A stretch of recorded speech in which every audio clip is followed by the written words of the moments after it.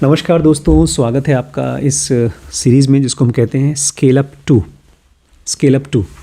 तो आज हम लोग स्टार्ट करते हैं लीड अगेन। मतलब आप लीड करो अपनी कंपनी को। She wasn't expecting the call, वो कॉल एक्सपेक्ट नहीं कर रही थी।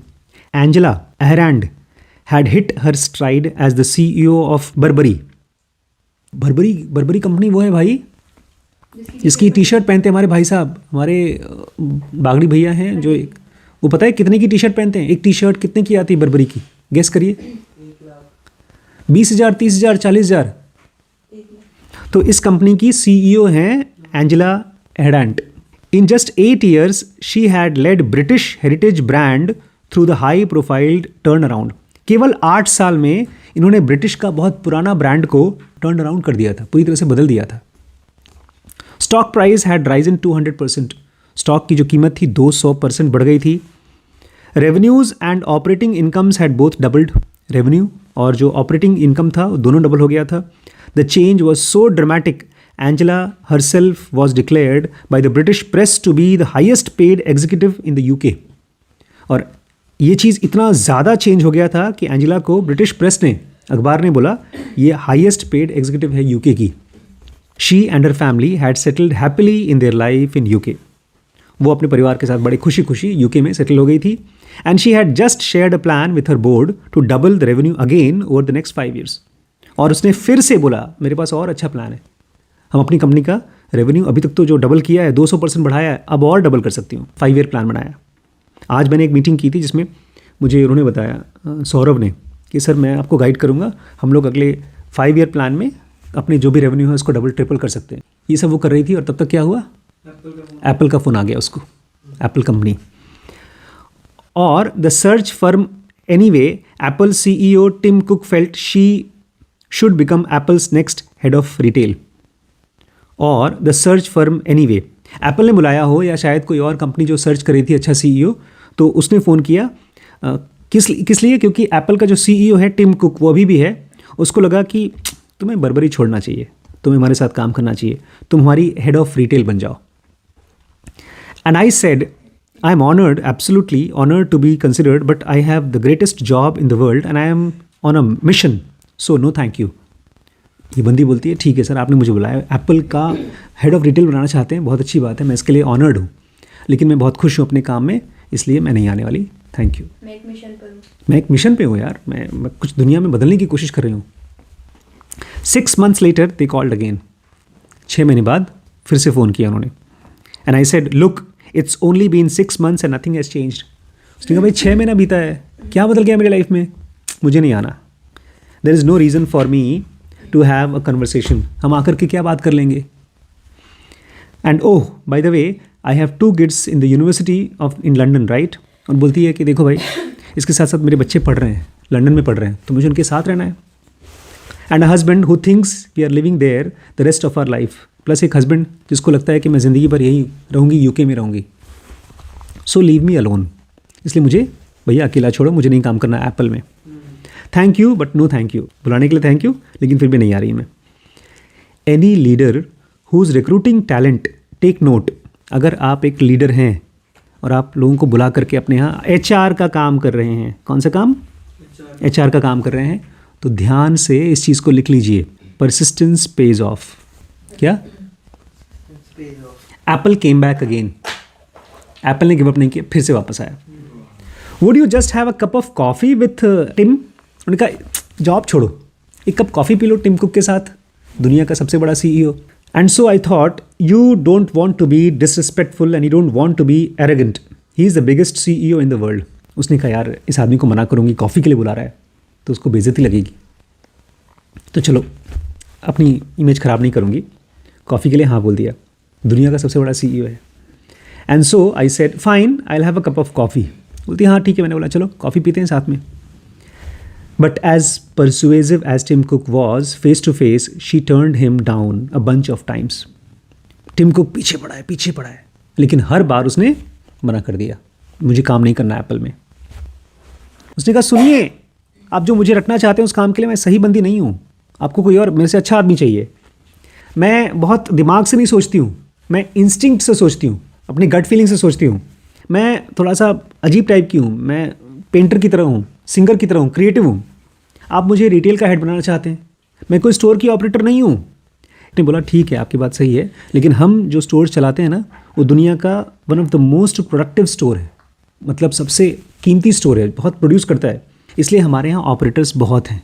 ऑपरेटर्स नहीं बुला रहे हैं हम आपसे। And I said but I am not a techie either, I don't code. बोलती मैं टेकी भी नहीं हूँ, एप्पल कंपनी है, मैं कोड नहीं करती हूँ। और टिम कुक ने बहुत ही प्यार से बोला we have enough of those, वो भी हमारे पास बहुत हैं। And so only after a while did I realize that it was really leadership that he was looking for. बोलती तब मुझे बाद में समझ में आया वो कोई ऑपरेशंस हेड नहीं मांग रहा था, वो क्या मांग रहा था? Leadership. That he wanted the teams to be very united again. वो ये चाहता था कि उसकी जो टीम है वो फिर से क्या हो जाए? यूनाइटेड हो जाए, बिखर रही थी। Angela agonized over the decision. अब बेचारी परेशान कि जो काम वो कर रही थी वहाँ पर, वैसा ही काम इसको यहाँ पर भी मिल रहा है। अब वो एगोनाइज कर रही थी अपने डिसीजन पे। She asked herself why is it when your life is perfect that somebody wants to flip it upside down. ऐसा क्यों है कि जब आपकी लाइफ एकदम परफेक्ट चल रही है तो कोई आकर के उसको एकदम उल्टा करना चाहता है, बिगाड़ना चाहता है, डिस्टर्ब करना चाहता है। But ultimately she decided it's Apple. She had to say yes, और फाइनली उसने यस कह दिया, भाई एप्पल ने बुलाया है, वही काम जो मैं बर्बरी में कर रही हूँ एप्पल में करूँ। And she left her high-flying role as CEO of Ascendant London fashion label to helm the retail division of Silicon Valley's mothership. इसलिए उसने अपना हाई-फ्लाइंग रोल छोड़ दिया लंदन की एसेंडेंट लंदन फैशन लेबल को, एक छोटा सा, अच्छा नहीं काफ़ी बड़ा लेबल था लंदन का, उसको छोड़ करके सिलिकॉन वैली का जो मदरशिप था, एक सबसे बड़ा शिप, उसमें घुस गई वो। Apple was itself dominating retail. Apple आज भी रिटेल में ऑलमोस्ट सबसे बड़ी कंपनी है। Over 10 years they had quadrupled the number of stores worldwide. पिछले 10 साल में उन्होंने जितने भी स्टोर्स थे उसको क्वाड्रिपल किया था। क्वाड्रिपल मतलब 4 गुना कर दिया। With growth came growing pains. लेकिन जैसे जैसे ग्रोथ आई उसके साथ साथ क्या आया? ग्रोइंग पेन्स, दर्द भी बढ़ता गया। एंजेला का जो सबसे बड़ी चैलेंज था, सबसे बड़ा मुश्किल था, वो ये एप्पल का आइकॉनिक मैजिक बचा के रखो। कुछ ऐसी कंपनीज बताओ जिसका जो आइकॉनिकली बहुत मैजिक है उसमें, मतलब उसको लोग पागल हैं उसके लिए। फेसबुक के लिए आप पागल हैं? अच्छा, कोई ऐसे बंदे को जानते हैं जिसको कोई ब्रांड से पागलपन है? अमन भैया। किससे? नाइकी से। वेरी गुड भाई साहब, एप्पल से पागल हैं। आप किसी ब्रांड से पागल हैं? नहीं। आप नहीं? आप किसी ब्रांड को पहचानते हैं कि मुझे इसी ब्रांड का कपड़ा चाहिए, डीप नॉलेज को छोड़कर? तुम्हें? आप बताइए, आप जो कहते हैं लिवाइस की जीन्स चाहिए मुझे, जस्ट बिकॉज़ इट्स कंफर्टेबल। हाँ, मैंने जीन्स में सही कह रहा है, मैं लिवाइस की ही जीन्स प्रेफर करता हूँ। वैसे पहन रहा हूँ 2-3 जीन्स, लेकिन घर में पहन के लचाड़ रहा हूँ। जो मेरी लिवाइस की 2-3 जीन्स है उसको बचा के रखा है, कहीं ट्रिप में बैंगलोर ले जाता हूँ तब पहनता हूँ मैं। ये बात सही कही इसने, लिवाइस की जीन्स। तो ये सारे के सारे ब्रांड हैं जो अपने आप में एक जिंदा ऑर्गेनिक एलिमेंट टाइप की चीज़ है, जिसका क्रेज़ आइकन धीमे धीमे ख़त्म हो जाता है। मुझे याद है जब शुरू में मैंने जूते खरीदने शुरू किए थे तो पापा रिबॉक का शूज़ लाए थे, लेकिन अब कोई रिबॉक का चार्म बचा नहीं मुझे। तो ये कह रहे हैं इसका मेन चैलेंज था कि एप्पल का जो मैजिक है वो बचा रहे, और साथ ही साथ उसमें 2 टाइप के लोग हैं, टेक्नोलॉजिकल लेट ब्लूमर्स। ये क्या है? हम जैसे लोग, मेरे जैसे लोग जो पूरी ज़िंदगी सैमसंग यूज़ करेंगे और एक टाइम के बाद उनकी कंपनी हो गई 100 करोड़ 200 करोड़ की, और कोई ला के ज़बरदस्ती देता है, लो सर एक एप्पल का फ़ोन चलाओ, अब हमको चलाना नहीं आता। तो हम लोग टेक्नोलॉजिकली लेट ब्लूमर्स हैं। हम वो फूल हैं जो बहुत लेट से खिलते हैं। मैं तो फिर भी नहीं यूज़ कर रहा हूँ, नहीं तो पता नहीं करूँगा।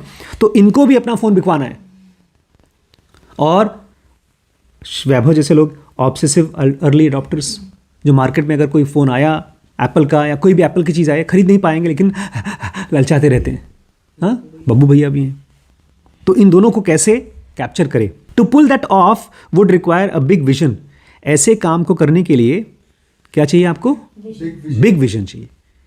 मुझे आज मैंने सौरभ से बात की, सौरभ ने एक सेंटेंस दोबारा रिपीट किया, और जब उसने दोबारा बोला तो उसने मेरे ब्रेन में एक लेयर और घुस गई बात।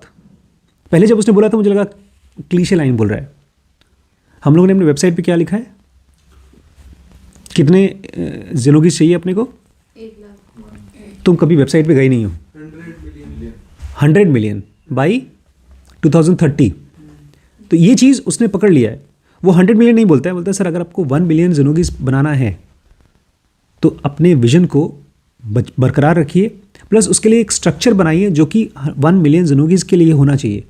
आप जब किसी को मेल भेजते हैं, आप किसी को कोर्स ज्वाइन कराते हैं, अभी हमारी कंपनी ऐसी है नहीं कि एक प्रोफेशनल कंपनी लगे भी। तो ये बात उसने पहले बोली थी जब मैं पुणे गया था उससे मिलने, आज उसने फिर से बोली। तो मुझे ऐसा लगा जैसे कि मैं एक बहुत बड़ी पार्टी में जा रहा हूँ नाइट सूट पहन के। इसके पहले मैंने कभी सोचा ही नहीं कि मुझे एक कंपनी बनानी चाहिए, बड़ी कंपनी। बेसिकली अभी हम चला रहे हैं पार्टनरशिप फर्म, और उसमें इनकम टैक्स कम जाता है हमारा। अब बनाएंगे अगर मान लीजिए आप प्राइवेट लिमिटेड कंपनी, तो आपके कंप्लायंसेस में ही 60,000 रुपये का खर्चा है साल का।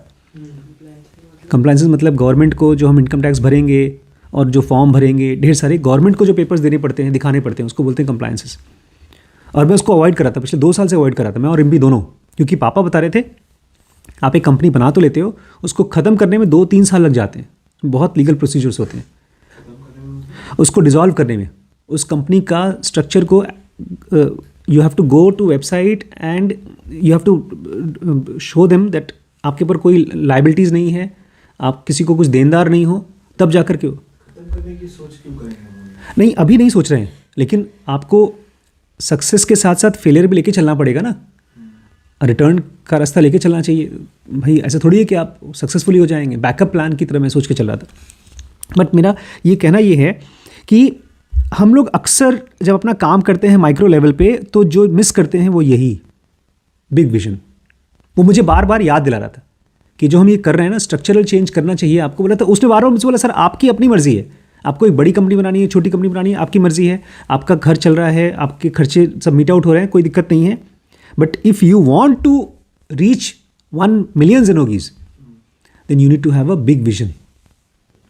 विजन तो है 1 मिलियन 100 मिलियन। हाँ, विजन तो है, लेकिन अभी भी मुझे लगता है कि बाद में कर लेंगे, बाद में, मतलब ये जो लीगैलिटीज़ है उसको बाद में देख लेंगे। अच्छा, तो ये कह रहे हैं कि अभी मान के चलो आपके पास 100 मिलियन ज़ेनोगीज है, तो उस टाइम पे आपकी वेबसाइट कैसे रहेगी? Exactly. कैसा रहेगा आपका ओवरऑल हाँ। प्लेटफॉर्म कैसा रहेगा? बिल्कुल सही आपने कहा। But it also required a change agent who could unite the global team.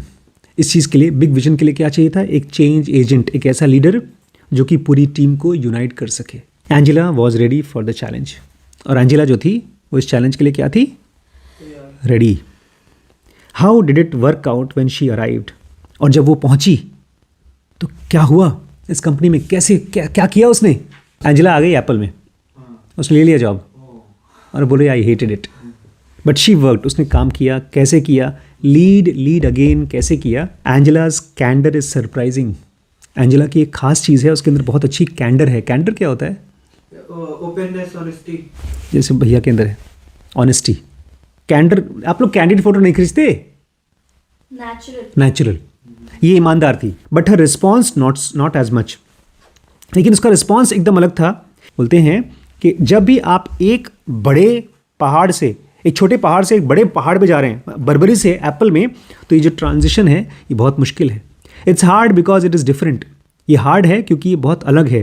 क्या क्या चीज़ें अलग हैं एप्पल में और बरी में? आपको लगेगा यार ये भी करोड़ों की कंपनी है, वो भी करोड़ों की कंपनी है। नहीं, लेकिन दोनों में रूल्स अलग हैं, दोनों के गोल्स अलग हैं, दोनों के एजम्पशंस अलग हैं, और दोनों के कम्युनिकेशंस भी अलग हैं। किस तरह से कम्युनिकेट करते हैं अपने एम्प्लॉयज़ से, अपने कस्टमर से, वो दोनों अलग हैं। I was actually going to Mars, Angela says. It's like it's a different language. मुझे ऐसा लगता है जैसे मैं मार्स में आ गई हूँ। वो कंपनी कितनी अच्छी थी।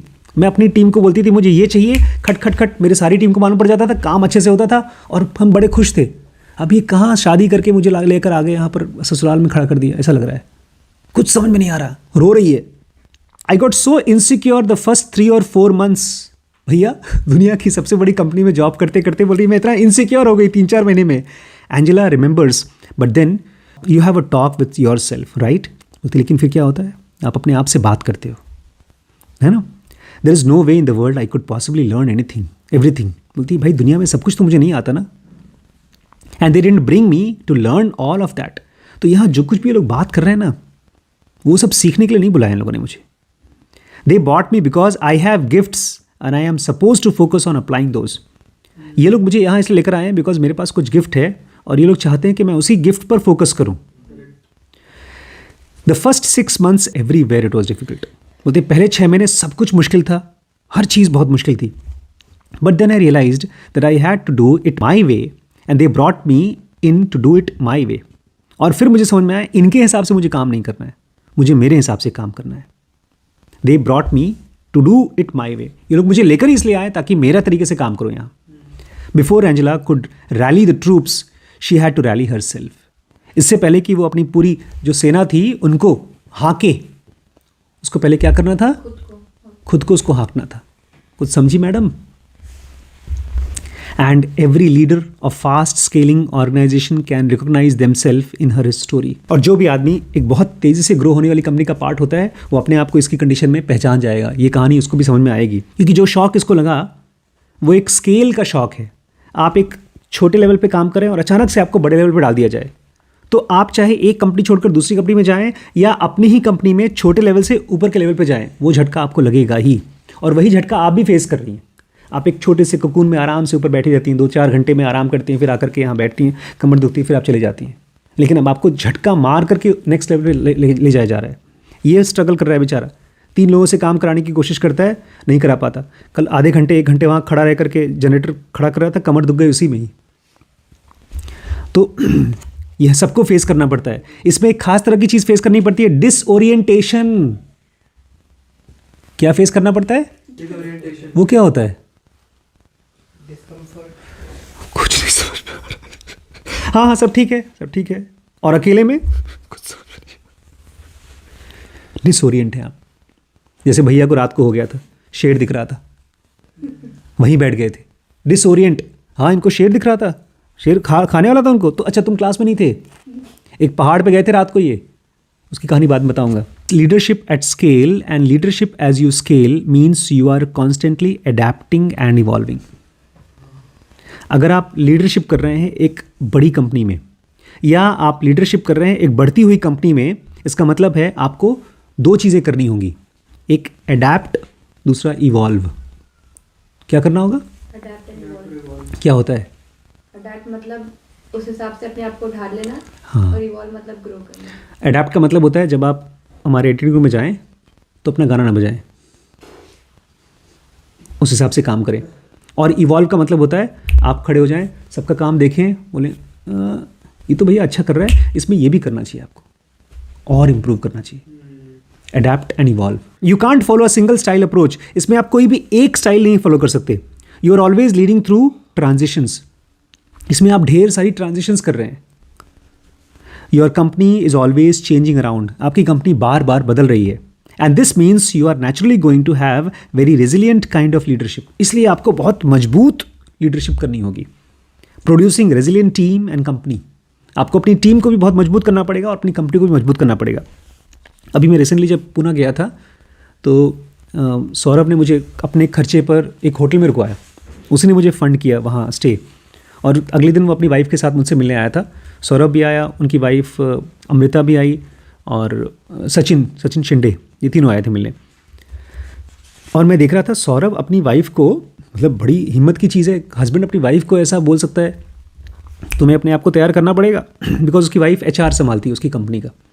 और उसकी कंपनी में अभी टोटल 125 एम्प्लॉयज़ हैं प्लस 500 एक तरह से कॉन्ट्रैक्चुअल एम्प्लॉयज़ हैं जो म्यूज़िक टीचर्स हैं जो वहाँ पर सिखाते हैं. And they get paid for it, not an a salary basis but पर स्टूडेंट बेसिस. तो एक तरह से 500 वो हो गए और ये 125, ऑलमोस्ट 600 एम्प्लॉयज़, 625 एम्प्लॉयज़ हैं.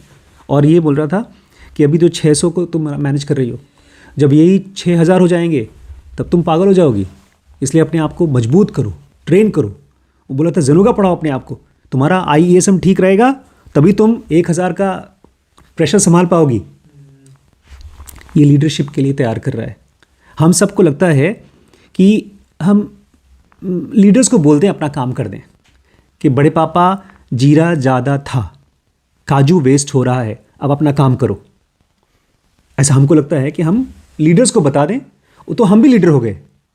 लीडर्स को बताना लीडरशिप नहीं है, लीडरशिप है taking up the role of leadership.